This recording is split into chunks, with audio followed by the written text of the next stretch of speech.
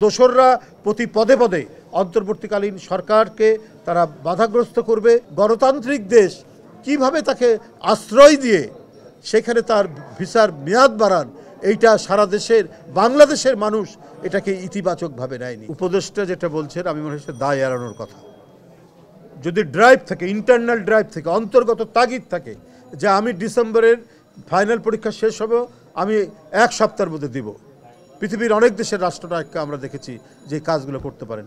এই ধরনের ওনারা তো আগস্টে হয়েছেন, শপথ নিয়েছেন, তো এর মধ্যে এটা সারা গেল না কেন? আমাদের শেখ হাসিনা কী করেছেন?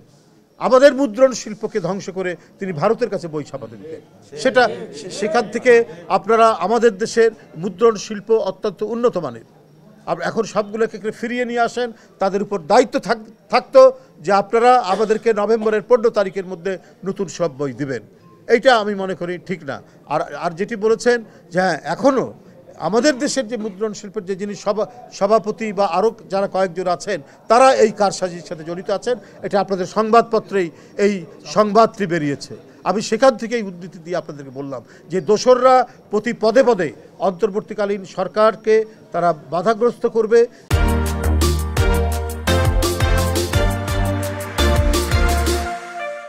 এবং সুচারুভাবে রাষ্ট্র পরিচালনার ক্ষেত্রে তারা নানাভাবে বিঘ্ন তৈরি করবে। কারণ তাদের কাছে প্রচুর টাকা আছে, তাদের কাছে নানা ধরনের মেকানিজম আছে যেইটা দিয়ে এই সরকারের উপর সমালোচনা করা যায়। কিন্তু সরকারকে তো আরও সতর্ক, সরকারকে আরও আর্টিকুলেট হয়ে এই সমস্ত জিনিসগুলোকে তো প্রতিহত করেই আজকে মানুষ যেটাতে স্বস্তি পায়, মানুষ যেখানে লাভবান হবে, সেই কাজটা তো তাদের করতে হবে। উদরপিণ্ডি বুদর ঘরে চাপিয়ে দিলে পরে মানুষ এটা শুনবে না।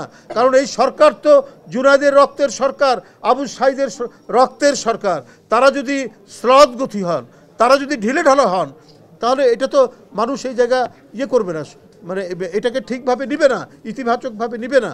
আর যেটি বলছেন মেয়াদ বাড়ানোর কথা, সেটা তাদের দেশের বিষয়। কিন্তু তাদের যদি অন্য কোনো উদ্দেশ্য থাকে শেখ হাসিনাকে নিয়ে, তো সেটা আমি বলতে পারবো না কোনো উদ্দেশ্য আছে কি না। তবে ভারত একটি গণতান্ত্রিক রাষ্ট্র, তাদের বোঝা উচিত যে শেখ হাসিনা যে শিশু হত্যাকারী, কিশোর হত্যাকারী এবং তরুণ হত্যাকারী, রিক্সাওয়ালা হত্যাকারী, সিএনজিওয়ালা হত্যাকারী, সেই হত্যাকারীকে একটি গণতান্ত্রিক দেশ কিভাবে তাকে আশ্রয় দিয়ে সেখানে তার ভিসার মেয়াদ বাড়ান, এইটা সারা দেশের বাংলাদেশের মানুষ এটাকে ইতিবাচকভাবে নেয়নি। বরং ভারতের যে একটা আধিপত্যকামী মনোভাব রয়েছে, ভারতের যে একটা আগ্রাসী মনোভাব রয়েছে, আমরা যেটা বলবো সেটা করবে।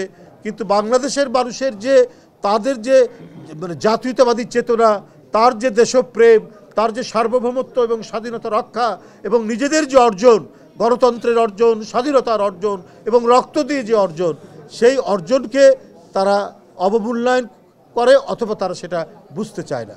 সেটা বুঝতে চায় না বলেই তারা এই জিনিসগুলো করতে চায়। এই যে দেখুন না, আমি সংবাদেই পড়েছি আমাদের দেশের মাছ ধরা জেলে, তাই না, তাদেরকে প্রতারণা করে তারা নিয়ে গিয়ে সেইখানে তাদের সাথে খারাপ ব্যবহার করেছে এবং গ্রেপ্তারও করেছে, তাদেরকে গ্রেপ্তার করেছে। তো ভারতের কাছ থেকে তো এটা প্রত্যাশা করা যায় না। কারণ যেখানে গণতন্ত্র আছে সেখানে আইনের শাসন থাকবে, সবার ক্ষেত্রে সেই আইনের শাসন। কিন্তু আমরা দেখেছি বাংলাদেশের ক্ষেত্রে ওরা কোনো আইনের শাসন মানে না, ওরা একটা আগ্রাসী মনোভাব নিয়ে কাজ করে। আপনারা দেখেছেন গতকাল গেছে ফেলানী হত্যা দিবস, একটা কিশোরীকে কিভাবে হত্যা করে বিএসএফ আপনার কাঁটাতারের বেড়ার উপর ঝুলিয়ে রেখেছে। এইভাবে একটা ঘটনা, অথচ ওরা কিন্তু বাংলাদেশে একটা মিথ্যা ন্যারেটিভ তৈরি করে।